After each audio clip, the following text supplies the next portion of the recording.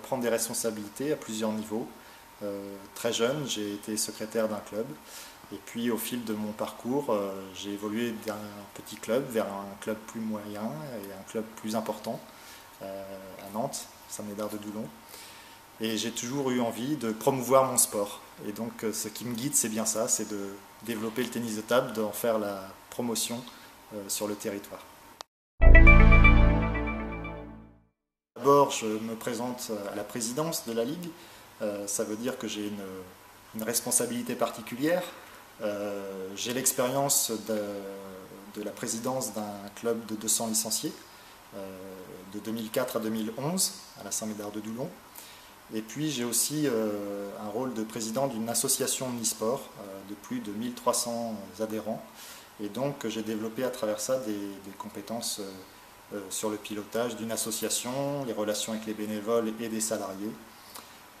Et par ailleurs, j'ai des compétences sur le domaine de la communication, en particulier dans le domaine professionnel. Et donc j'ai envie d'en faire bénéficier la Ligue. Et enfin, le cœur de mon investissement Pongis, c'était aussi la formation des jeunes, la technique. Mais là, je laisserai sans doute le soin à d'autres d'œuvrer en ce sens, parce qu'il y a beaucoup d'implications à ce niveau-là. Mais en tout cas, je suis proche du terrain, et je suis souvent dans les salles, et je connais le tennis de table. En arrivant d'une autre ligue, en 2001, je venais de Haute-Normandie. J'ai découvert une ligue pongiste d'une qualité remarquable en termes d'organisation et de culture. J'ai vraiment été épaté par l'implication et un tennis de table vraiment vivant. Donc les atouts de la Ligue des Pays de la Loire, ils sont nombreux.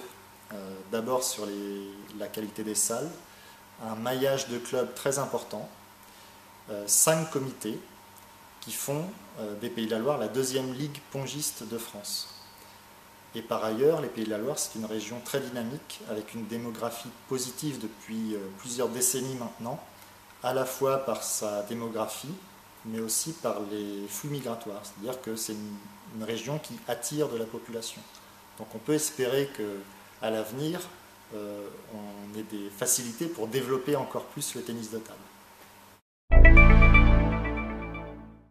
Je crois que les 3 axes qu'on développe sont importants à mes yeux. Un axe qui concerne les comités et les clubs. Je souhaite que la Ligue soit beaucoup plus proche des clubs, des préoccupations des dirigeants, mais aussi des élus de comité qui ont en charge la proximité avec les clubs. Le deuxième axe concerne davantage les pongistes eux-mêmes et le grand public, c'est-à-dire comment faire la promotion du tennis de table.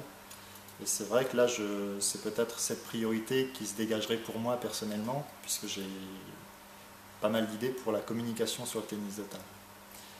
Et puis le troisième axe, il est très important aussi, c'est de rénover le fonctionnement de la Ligue.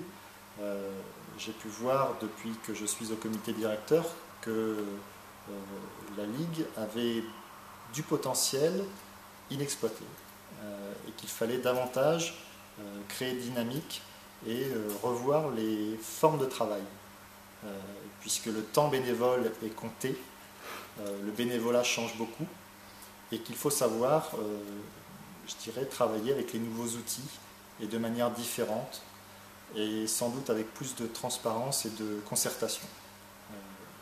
Voilà un peu des mots-clés qui me tiennent à cœur. C'est important de rêver quand on se projette dans l'avenir.